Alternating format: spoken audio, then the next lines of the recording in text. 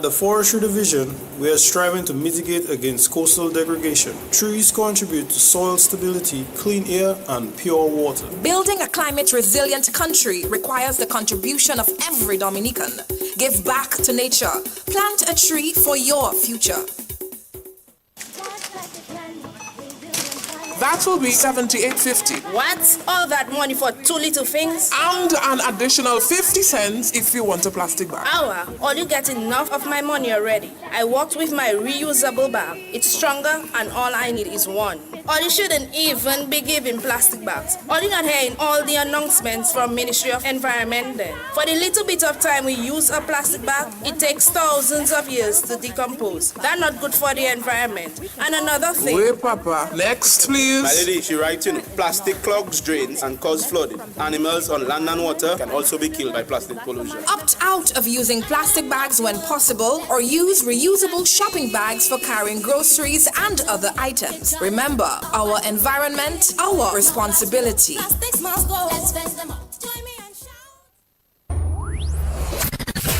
For all the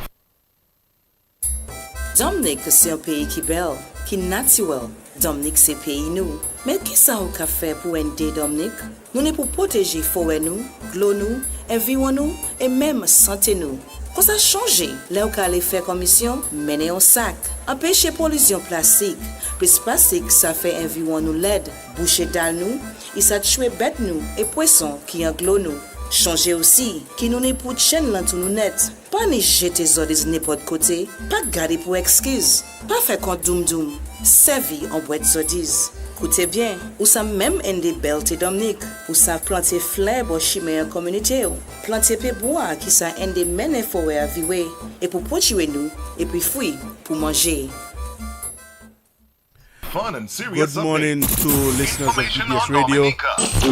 Welcome to another episode from DBS and more of the program brought to you by the Ministry of Environment, Rural Modernization, Kalinago Upliftment and Constituency Empowerment. Today we are discussing the solid waste updates. I have three ladies here in studio with me. I'm not daunted by them though. I'm very happy to have these three ladies here. But before we get into the program, I'd like to say good morning to the Honorable Minister, Honorable Kozia Frederick, the Parliamentary Secretary, Honorable Darren Lloyd, the Permanent Secretary who is celebrating a birthday today. Happy birthday to you, P.S. Lisa Valmore. All the members of staff, heads of department, particularly those in the office, big up to those in the office, and everybody listening to the radio program this week. Also, there's another birthday that we celebrate, one of our top fans, Mrs. Jacqueline Corbett. Big up to you. Happy birthday to you as you celebrate your birthday today. She's the boss lady because she's the mother of Bossman. So, happy birthday to you, Mrs. Corbett. Have a good day. And just for anybody willing to join in the program this morning, can do so at 1-800-327-448-3284 or on the overseas line 305-432-9744. These numbers again, 1-800-327-448-3284 or on the overseas line 305-432-9744. And just for note, those in the internet space, they can follow the program live on DBS Radio Facebook page, Ministry of Environment page, and on YouTube as we move in with the technological time. So, enough of me talking. Time for us to go and get the introductions from me. Ladies, good morning and welcome to the program today.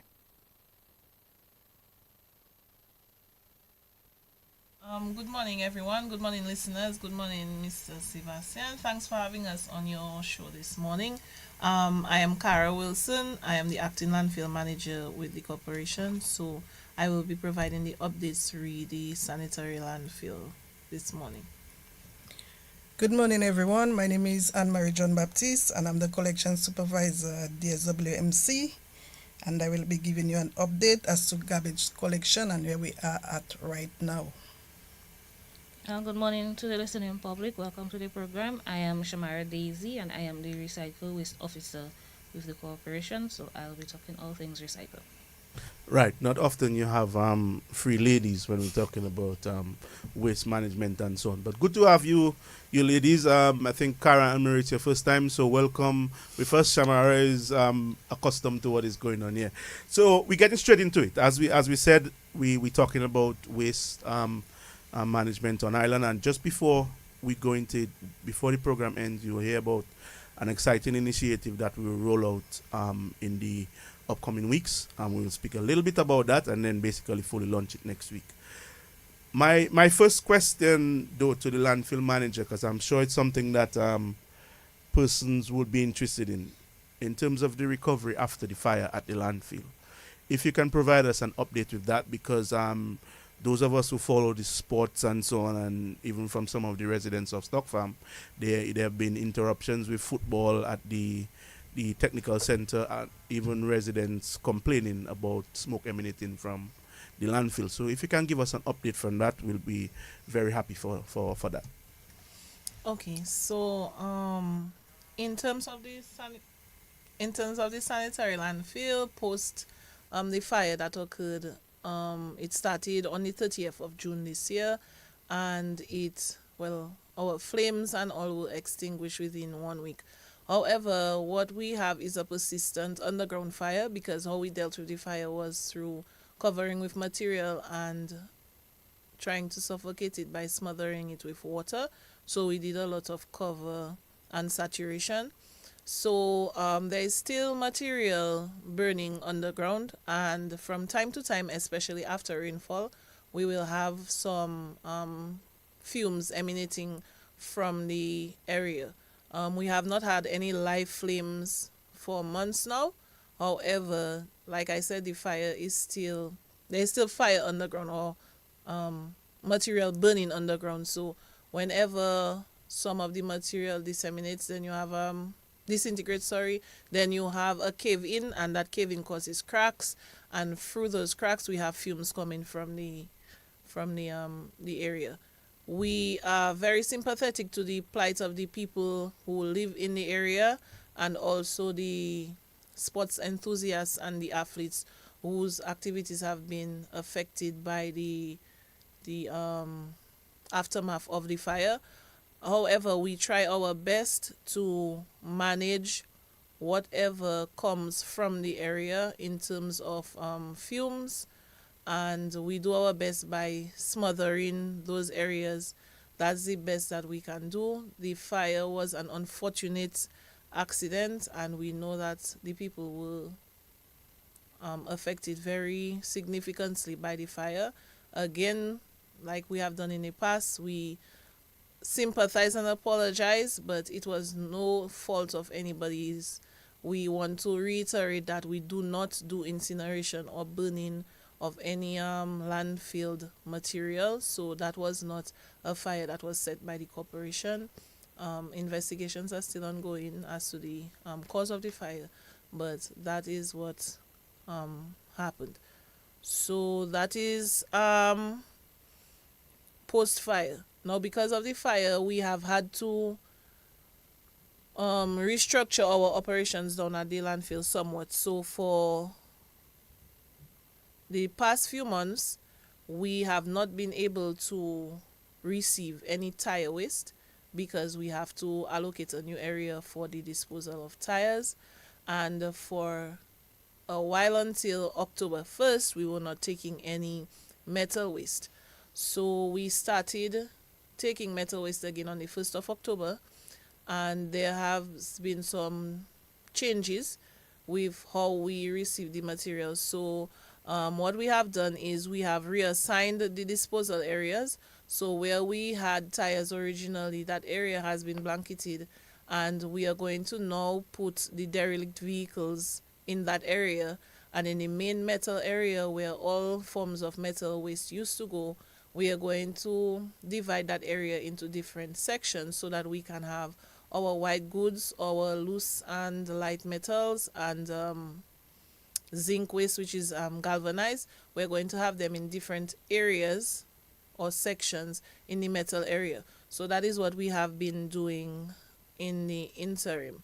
Unfortunately, we have not been able to find another site for the disposal of tires, and we know that that is a big imposition on the tire industry. And again, we just ask for a little more patience from them. We are very appreciative of the fact that they have been understanding up until now, and we are just trying our best to see how we can better serve the public, especially those in the tire industry. Like I said, we resumed the collection of metal waste, and that came with a few rules. So we have put out a notice to the public as to how they should bring the waste to the landfill, because in times past, people would come with their waste commingled, and that is something we have always discouraged. We try to tell people they need to separate the waste, because the different classes of waste go to different areas on the landfill. But even with the metal waste now, seen as we are trying to separate the white goods from the zinc and other metals, we would like them to segregate that as well, so that when they come to the landfill, it is easier for them to dispose of their stuff. That also led to an increase in some of our charges. So the corporation, if we really think about it, we have not been charging a lot for the management of the waste that is generated by the public, and that has not always, well, it has not worked in our favor. But with the new activities and new efforts that we are making, we are trying to see how best we can serve the public, and that would mean that the people who are bringing in the waste and they are not bringing it in the prescribed way, we have to have some punitive measures. So people coming in with commingled waste, that is going to attract an additional charge, because what has to happen is when they dump their waste, we have to have people to sort that waste and then transport that waste to the designated areas. We have always discouraged coming to the landfill with commingled waste, but there are some people who still do it, and then they come, they dump indiscriminately. The attendants may not always be at the area that they are dumping, so they would just dump and they would leave, and we would not know until after they have done that. So there is going to be an increase in that. And for the derelict vehicles, we do derelict removal, and people also bring their derelict vehicles to the landfill. So there is going to be an increase in the charges according to the condition of your derelict waste. So regular shells with no inners, no other parts will be one price, and then we have a price for vehicles coming in with like chassis and engines, and then we have a price for full vehicles, because what would happen is we're going to start breaking down these vehicles, and then we would have to now dispose of the different components of those vehicles in different ways, so that calls for increased staff and then increased hours. So we're going to have to change the way we have been pricing the disposal of derelict vehicles. And as for the collection of derelict vehicles, we are going to revert to our original price by distance from the landfill, because we were only doing a fixed rate for all over the country for a few years, but that is not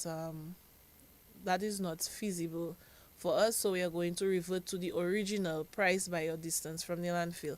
So that is what is happening at the landfill currently. We are constantly working on trying to improve our abilities to serve the public, and we are just asking the public to cooperate with us. There are rules on the landfill for a reason. It is to ensure the safety of both our customers and our employees, and to create an ease of access for the people coming in, because if you come in and then you dump somewhere you're not supposed to dump, the next person coming will have to deal with that obstacle, and then that causes an issue for both the public and for the landfill. So those are some of the updates, really sanitary landfill. From me, that's what's from me this morning. I want to ask you, because I'm sure the persons listening would want to know in terms of the prices, because you said there are changes in prices. Are these set already, or is it work in progress? And if you can just tell us a little bit about the prices, because somebody may want to know in advance, maybe if they're bringing in a derelict shell or with inners or whatever you explained it. Okay, so yes, we are currently working on establishing prices that we we will see that are fit and fair. So we are considering stuff like mileage and all of that when we're doing for the transportation. But currently we are charging $40 if somebody comes to the landfill to dispose of a derelict, and we were charging just a flat $40 rate no matter what the state of the vehicle is. But the cost right now would be $40 for a shell, which is what was intended when we started moving derelict vehicles. And then if you have a vehicle with a few parts like the chassis and the engine, it will go up to about $60. So we are working out the kinks, but those are some of the prices that we propose. And then a full vehicle, depending on the number of components that we have to deal with, then it would range anywhere from $80 to $100. But we are going to set the prices based on established costs and stuff in the law and in the industry. And for the commingled waste, it will depend on the different types of garbage that you have commingled. So if you come in with something with metal, wood, general refuse, and foams and all of those things, all of that has to be put in a separate place. So the more work we have to do to manage your waste, the more you would be charged. But like I said, we are still working on the prices. Okay, thank you very much for that. And then just listening to you, I guess there's a greater call for, sorting at source. It makes it easier for not only you at the landfill, but residents as well. But yes. You made mention of fire still emanating from certain parts at the landfill. Is that a cause for concern, or is that general after fires that happen in that large scale? Okay, so it's not fires that are emanating, it's fumes. We have no live flames at the landfill. So realistically, there is no call for concern, because as long as we keep the activity covered, smothered, then we will not have live flames, because fire needs oxygen so that it can grow. So as long as we smother it, we will not have any flames.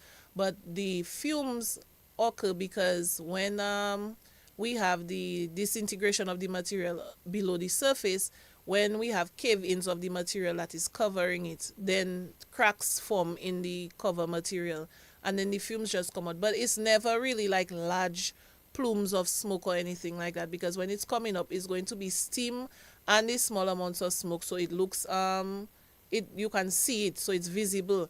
But it is not so much that when it can rise, it only rises like maybe 2 feet off the ground, and then it dissipates with the wind. So it's nothing that is like drastic or concerning. Okay, thank you very much for that. And again, just listening to you, I guess it opens up maybe to my next topic or my next question, which is surrounding recycling.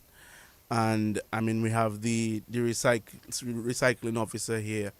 In terms of, speaking on that, where are we in terms of recycling on island at present? Well, currently with recycling, most people know that we have a truck that goes out around the island collecting recyclable materials. We collect glass bottles, tin cans, and plastic bottles.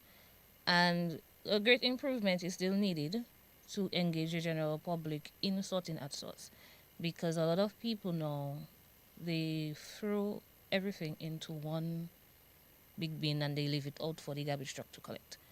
But we are trying to get people to sort their materials, because this not only helps them, it helps us. As we see, we had the fire ending of June this year, and we are now in October and we are still going through that process. But if we just take the little time to sort our things at home, it helps us in that we don't have the volume of garbage that we'll usually have for the truck to go out. The materials that we recycle in, they cannot be decomposed. So we can use that material to do something else. And then if we learn to reuse all materials or reduce all certain materials that we have, then that would lessen the amount of waste coming to the landfill. That would expand our landfill life. That will assist the collection trucks. So the issues that we may have of certain areas not being collected, or any issues we have with collections, that would go down because the volumes would be less, hence the truck can go further and more garbage can be picked up. And since we already have the recycling truck going around, then people have another means, another avenue for getting rid of other materials. You made mention of us doing more in terms of recycling, and I'm those of us who see recycling operations in other countries, I'm sure we can admit or agree that Dominica still has a little bit of ways to go. But from the Solid Waste Management Corporation and recycling itself, what ways do you guys have in place for us, the residents, to sort of get onto that recycling train and making it more effective? Well, in recent times, we had the village councils, because of the program that we had within the schools, where the schools are collecting plastic bottles. Village councils has also taken it upon themselves to even educate their villagers, the people living in the area. We recently had Ben's Village Council that engaged in a sort-at-source competition. So, and because of that and through that, a lot of the material that is coming out from there has increased recycling-wise. So we can now have a lot of plastic bottles coming out from there because everybody is into the competition. And with the schools, we still have the school program going on with sorting their bottles at the schools. And the thing with kids can get adults to do a lot of things. So adults might figure, it's a difficult process for me to not throw my bottle in the garbage and put it in a separate bin. Whereas the child will be like, no, mommy, daddy, I have to bring it to school because I want my school to win and whatever the case may be. And without the adults even realizing, they are sorting and what in the hand.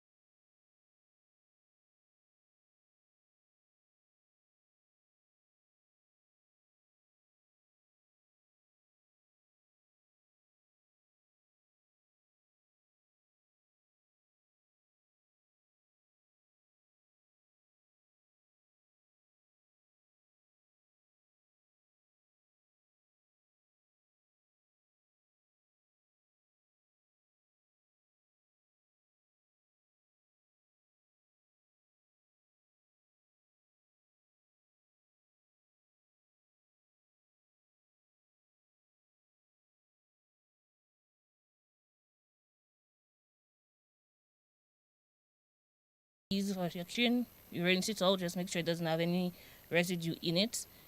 Your tin cans and your yes, you rinse out your tin cans and your, if you have like little cans like your milk and the drinks that come in certain cans, you can rinse that out. You have that, you can stay there for a week or two and nothing is wrong with it. And your glass bottles, you do the same with it. Once that is out of your general waste, now you'll be amazed at how small your plastic will be that you have to now put out for the garbage truck to collect. And now that makes it easier for the garbage truck, because if they were doing 2 areas in one day, because we have now learned to sort our materials, they can do more than that, and then the issues that we are having can now be reduced. Right, and I understand the ease that if we can follow that procedure that you just explained, it will be for the collectors and as well as you as a landfill. But if you can, in terms of the process from the sanitary engineers, I think are their names. I'm not too sure, but if I stand corrected, the people picking up the garbage, when they collect the recyclables and put them in whatever truck it is, just give us a little guide as to the process and what happens to that recycling material that has been collected. Okay, so you're correct. They are called sanitary engineers. When they collect the recycled materials, it is brought to the landfill, and it has a special designated location for these materials. So these materials don't go up to what we call the tipping phase, where the general waste or the metal and the tires and so on will go. We have a separate location, one designated to plastic and tin cans and one designated to glass. Now with the glass, when they reach, they are further sorted, because sometimes we don't sort at source to the point of all glass in one plastic, all tins in one plastic, all plastic in one plastic. But when it reaches to the landfill, we further sort it. Now glass has to be sorted by color, and then it is broken. And when that is broken, we usually export that broken glass to Trinidad. When plastic materials arrive at the landfill, it has to be further sorted again. So even though your plastic comes in a bag by itself, the plastic itself has to be sorted into different colors and grades. So plastic has 7 different grades. You will realize the grades based on the texture. So you would notice that a bottle you drink your Sprite in doesn't have the same texture as your Clorox bottle, and your Clorox bottle doesn't have the same texture as your bottle containers. So these has to be separated by color and by number. This is now baled, and we also just installing a shredder. So some will be baled, some will be shredded. In the past, we have exported the plastic to Honduras. That is the clear plastic bottles that will be like your water bottles, your Coke bottles, and so forth. In the future, we are hoping to now use these plastic materials to make another commodity. So we are in discussions and in planning of having what we call Fused Kitchen. That's a program we'll be joining with, where we can now take the plastic materials that we are collecting and make it into something else. So in the future, we can look out for that. So it's not just now we collecting the bottles and we're shipping it out. Right now, we are trying to make something else from it. What can we in Dominica do to make another commodity from the same plastic that we have been collecting, instead of shipping it for somebody else to do it for us? Is there something we can do here for us to make something else and sell it locally? You may know more than me, but I think there is maybe a belief from persons that they are not aware of the recycling times in the area. The general waste, most persons would have that idea, but in terms of the separation of the days, in terms when is recycling material being picked up, as to the general waste, in terms of that collection schedule, is there an avenue that persons can, if they're not aware, can get that information, or do you believe that the schedule is published frequently enough for persons to know by now their recycling days? Well, there's ways that they can get that information. The schedule is posted on our Facebook page and our other social media forums. They can also call Solid Waste or call me. So they can call Solid Waste at 449-8168. They'll get the office and can easily find out when the days are. They can call me at 616-9055. If it's something where they would like us to either send a copy of the schedule to their phones so that they have a reminder, that can also be done. Okay, so persons just heard it, in a drive for sorting at source and ensuring that we have effective management of our waste, contact the Solid Waste Management Corporation in terms of recycling and just general waste management questions or issues. Anne Marie, don't feel left out because we're coming to you now. So I mean, the first question I'll ask you, Anne Marie, and I'm sure a lot of persons will want to know about that. I mean, I know there are some good things coming in terms of the fleet, but as it relates to recycling and collection of regular waste, you obviously need the trucks and all that to service the routes and all of that. Where are we in terms of our current fleet of trucks now, and in terms of how that impacts or affects our collections? Okay, presently we only have 4 trucks working right now, 2 compactors and 2 tipper trucks, which we call dump trucks. And right now we are a little back on collection with some backlogs here there, but we are trying our best to do what we can with those 4 trucks. Because of the limited amount of trucks we have in backlogs, not only through the fault of solid waste, but the public, we need their help in adhering to the times and the days for collection. Because, for instance, if we say Goodwill, your collection day is on Thursday and Monday, and then you put your waste out on Saturday, Sunday. This is not for the fault of solid waste that the garbage is out there. Normally, if a truck is not able to come on the days stipulated for you, we would send a truck maybe on the weekend or the day after to help curb with that situation. But presently, right now, we have a lot of backlogs which we are working on. You just made a point, and I raised that point to Mr. Mitchell at our last heads meeting. I think maybe the times that the trucks are passing in terms of a window, if it's a 2-hour window, 3-hour window, because what persons are doing now depends on what sort of waste they have at their homes. They're putting that waste out at some ridiculous time. So, for instance, if they have maybe meat or whatever it is, instead of sorting at source, they're putting the waste out maybe even a day before. And that happened in my area on Saturday. Our collection days, I would say Monday morning, not even Sunday, Monday morning. And on Saturday morning, at after 9, there was garbage on the side of the road. Now that garbage stays there until Monday morning. So you have dogs and can spread diseases. There's health risk by doing that.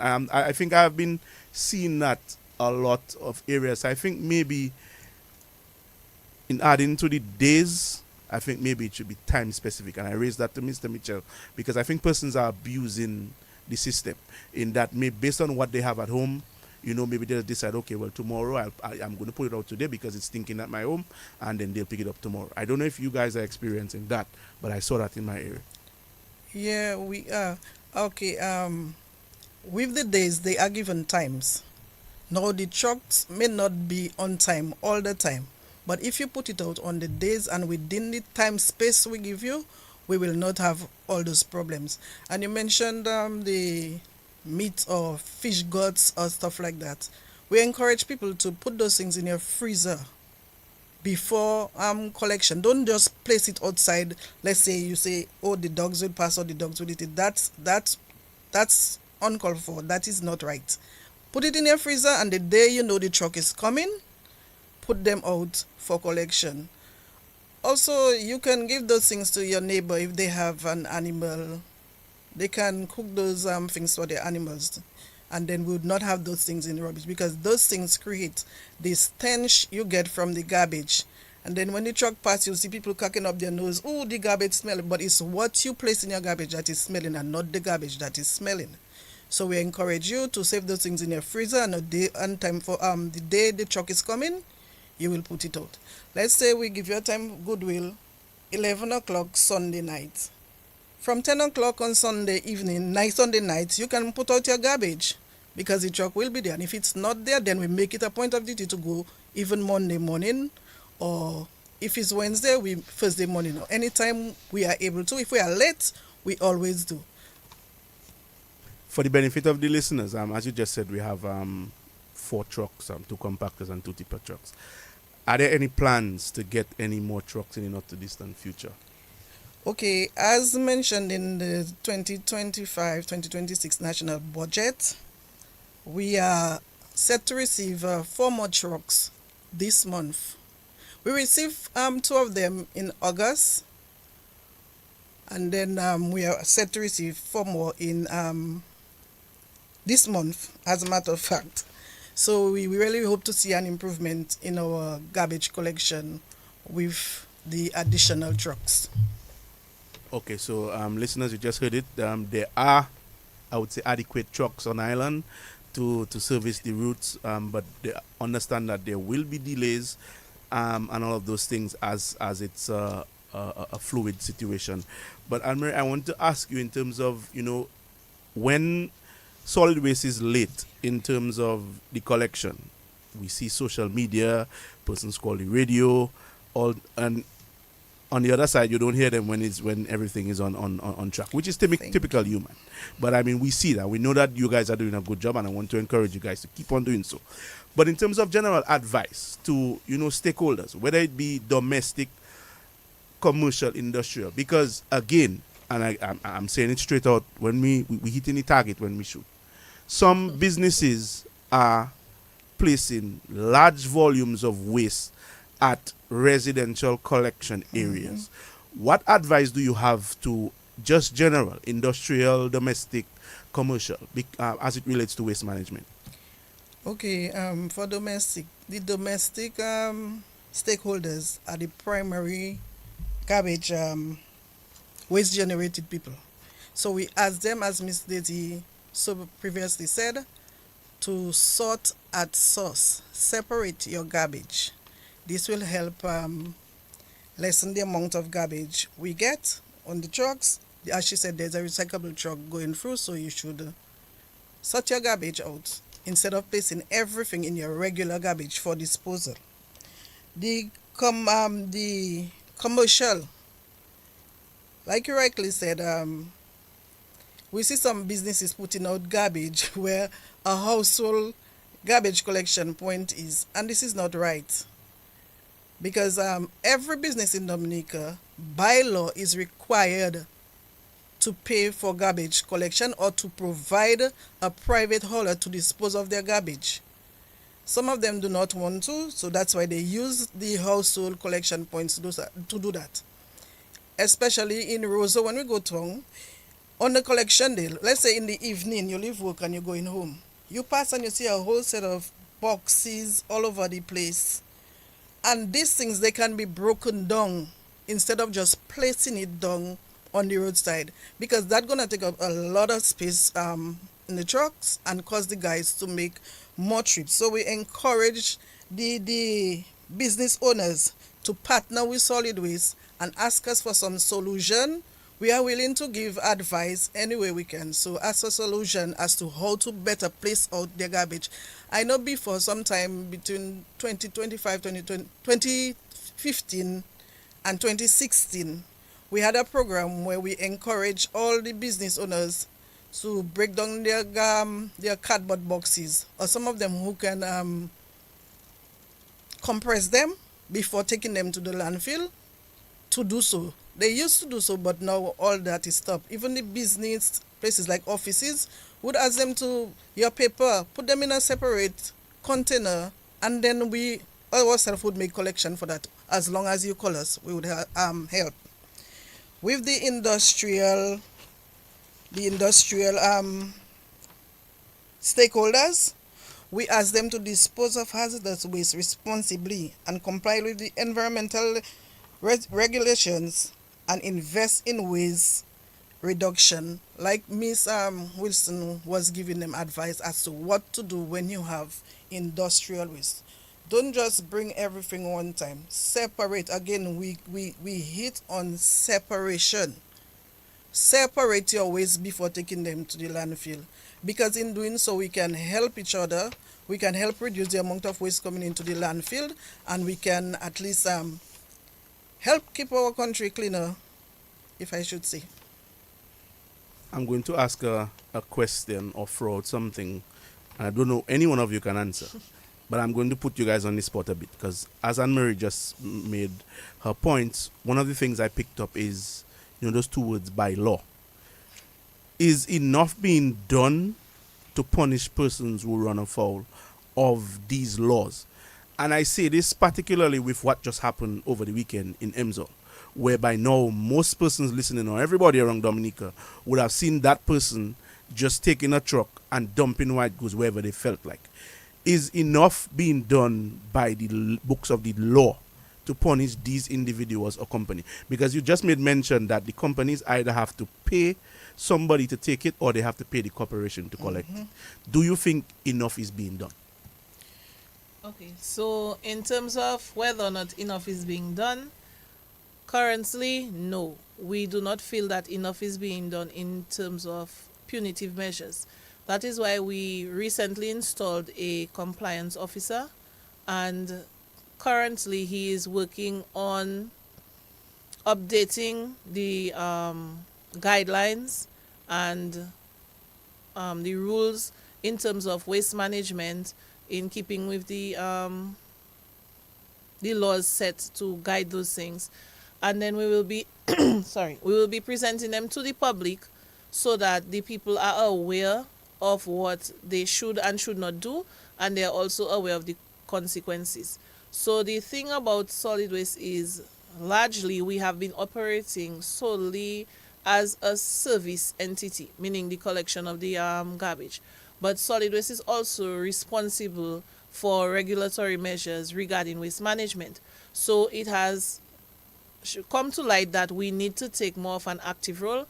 And as with anything, you can have laws in place, but if you do not have enforcement, then those laws really do not make any sense. So that is why we now have a compliance unit, and with that compliance unit, we are going to be doing a lot of educational programs and drives to inform the public of the do's and don'ts of waste management, and also let them know what they risk by not following the rules and basically breaking the law.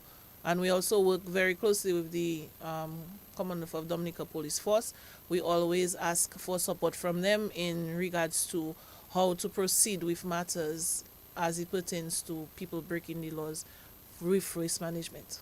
And that is very important because, we're not being hypocritical about the situation. In fact, there were some litter wardens who have been physically assaulted yes, whilst they were executing their duties. So it goes again to the residents, ourselves. We have to take responsibility for our waste and respect the people who are doing their jobs, because at the end of the day, I don't even think that the reality of it, we should get to a situation where the police has to accompany us when it comes to waste. We travel, and when we go to those places, there is no police officer, or there may not even be cameras in these areas. And you see us with a dog defecate, you see us with a plastic in our hand. Yes. We have bottles in our hand, we take it until we see a recycling area. So I just think it's a situation of, us taking responsibility of managing our waste. And, Anne-Marie made mention of some of the ways and methods. For instance, putting this stuff in your freezer. And I've been honest. When Florian spoke to us about that at the meeting, most of us were like, Florian, I think you're kind of stretching the joke. But at the end of the day, when you look at it, as you said, if maybe it's frozen and then you get rid of it, it reduces the risk that, maybe it's a long-term risk. Because what happens when, we have all these storms and this blockage in the waterways and all that? We call on you guys, solid waste is not doing this, solid waste is not doing that. So I think, yes, a greater drive needs to be pushed from the Solid Waste Corporation himself, but we as residents have to take ownership and responsibility of our waste. And then I want to ask you, Anne-Marie, in terms of the collection schedule, do you think that it is, but again, the same question I asked Shamara, that most persons should be aware? But before we go there, we have a caller, so let's go to the telephone and get that caller. Caller, good morning, welcome to the program. Yeah, morning. Your radio is too loud, so we're getting some feedback. So could you just turn it down first, please? Thank you. Go ahead. But the radio is away from me. It's okay. We're getting some feedback. Go ahead. We better now. All right. So really, the compactor trucks that you're getting, are they all going to be the same size, the same big trucks, the same high trucks? Because what I realize is sometimes when they come into the lane, even the wires for the Domlec, or well, not Domlec, but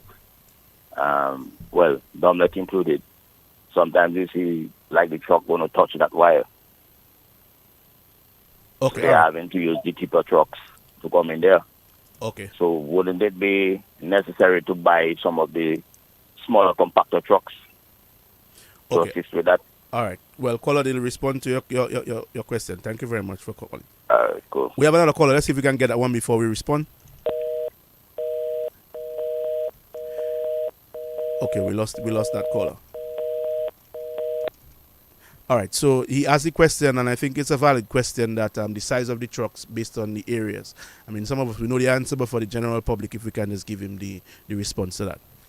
Okay, you're right. Some of the trucks we are getting right now in October, they will not be the same size with the big truck you're seeing. And with the use of the big truck, sometimes we send it out to work alongside a small tipper truck to avoid what you just talked about, even bursting the wire or lanes it cannot go to access the garbage. So bear in mind, we are getting some smaller trucks, and then the collection of garbage will be more productive in most of our areas. Okay, thank you very much for that clarification. The call on the international line, we lost your call because the person was giving a point at the time. But Shamara, I want to ask you this question now. As we push to sorting at source and being better at that, I'm sure, and we understand that it will not be able to be done at a country level, but maybe village specific or city specific in terms of bins, because yes, we're using plastics, most persons, for waste disposal, but in terms of provision of bins or access to various bins, recycling bins, so it makes it easier for the residents to sort out source, as well as making it easier for the corporation to collect waste. Are there any plans for those activities in terms of providing the bins specific for the various types of waste? Well, in relation to the bins, we are in discussions about that. For now, or thus far, we want to make provisions, especially for those who live in the apartments, that the government would have given certain individuals. Sometimes it's a bit difficult because they don't necessarily have a backyard for each of them. We are looking into making bins for these apartments so that they can sort their materials and sort their garbage and their recycle. So when the truck comes, then they'll just collect from that one location instead of maybe everybody have to bring down their recycled materials when the truck has arrived. We are in the process of making bins for these residents. In terms of maybe smaller bins for maybe each household or whatever the case may be, we are still in discussions as to the best way forward. Read that, but at least for the apartments that the government has given to different people in the general public, we are trying to accommodate them, knowing that their yard space, or because they have a shared yard space until everybody have their own. We're trying to accommodate them in that way. Time has flown by very, very quickly, so we almost out of time. But as we said earlier, there is this initiative that will be undertaking starting next week, starting at T Village Square, and we will give more information as time goes by. But as fitting in line with recycling and provision of bins, there will be greater visibility at T Village Square for those persons who will be there, and in terms of the practice of sorting at source, recycling, and all of that, we're trying to make a step. And I'm not too sure if anybody wants to join me on that, but at least we're starting with, that major event, and then plans are afoot for, the government services, government buildings, and then obviously we're hoping that the consciousness grows, that, it can filter to the households. I don't know if anybody wants to join me on that. It's initiative that, as we said, we'll roll out more information on it, but next week, not next week, the following week, sorry, at TV Village, then they will be seeing, clearly demarcated areas for recycling and so on. So I don't know if Shama, whoever it is, can go ahead and. Okay, so the initiative that's going to be taken up at TV Village Creole, it is just going to be an amplification of our call to the public to sort their waste. And it is going to be an example of how a large volume of waste on a medium scale can be sorted and can be managed. So people will be seeing firsthand what exactly happens in the process. So you will see from the consumption and then the disposal, and then with the disposal, the separation, and then the collection. So that will be a very live example of what it is we are asking the public to do. And we are hoping that people pay attention. Waste management is not something that is pretty, but it is also something that is not very difficult. If we just take the small steps that are necessary, it will work out for us in ways that we will not even realize. So at TV Village Creole, we are hoping to advertise or exhibit that. Right, and we're just hoping, as you just said, that persons can follow the messages that we're putting out, because it's going to be very easy. But in the end, it will be very effective if we can accommodate that. And Cara, my last question to you, though, with the large volume of persons we are anticipating in the coming weeks, is the landfill and the corporation, well, Anne-Marie herself can answer, are you guys ready for the expected the increase in volume? Okay, so currently we are making preparations on the tipping phase, which is where the bulk of the material will be coming outside of the recyclables. So we have enough space. We are working on fortifying the access to this space, and security for the landfill is being worked on so that we can have disposal being done outside of our regular hours. So we have things in place, and we are putting more things in place to deal with that. So we are ready for the upcoming season. We are ready. We are very flexible. We know that things can change at the drop of a dime, but we are ready for that. Right. So on that, as you say, you're ready. I don't know who's going to go first, but as we wrap up, I'm giving each of you the opportunity to give your final message to the general public as we close this week's program. Okay, my final message to the public would be to adhere to the days and time of your collection. Please place your garbage in bags before placing them out in your bins, and also please practice waste separation. Do not place a garbage out before or after the truck has passed and then say, solid waste didn't take my garbage, or solid waste, you need to come and do this. It's not only on solid waste. The responsibility is yours. Like we say, your waste is your responsibility. So take charge of your waste properly. I would just like to encourage the general public to sort out source. And when we do that, we not only reduce the amount of waste that we generate or that we have, we also assist this corporation with our landfill space, and we also move towards recycling, reducing our waste, and we can use the materials for other things. So if we sort at source, as hard as it may seem, it is a very easy thing, and as said in TV Village Creole, it will be brought out. So I just want to encourage people, sort at sources. Your waste is your responsibility, and it's all our responsibility to keep Dominicans in a trial. Okay, so from me, what I will say is we are calling on the public to work with the corporation. If you have any questions or you're not sure of anything, we have multiple numbers that you can call, reach out. We will give the information. And I think it is time that we start taking pride in our environment, in our households, and we start displaying behaviors so that our children can see what it is to actually take an active role in your household. And if everybody plays their part, then the corporation's responsibility will reduce, because it will be easier for us to provide the services that we have to the public. Cara, Anne-Marie, and Shamara, I want to thank you, ladies, for joining me on this week's program. Very interesting program. As we said, Solid Waste Corporation is prepared. Let us help them to help us. This brings us to the end of this week's program. We're talking environmental responsibility, was dealing with waste management.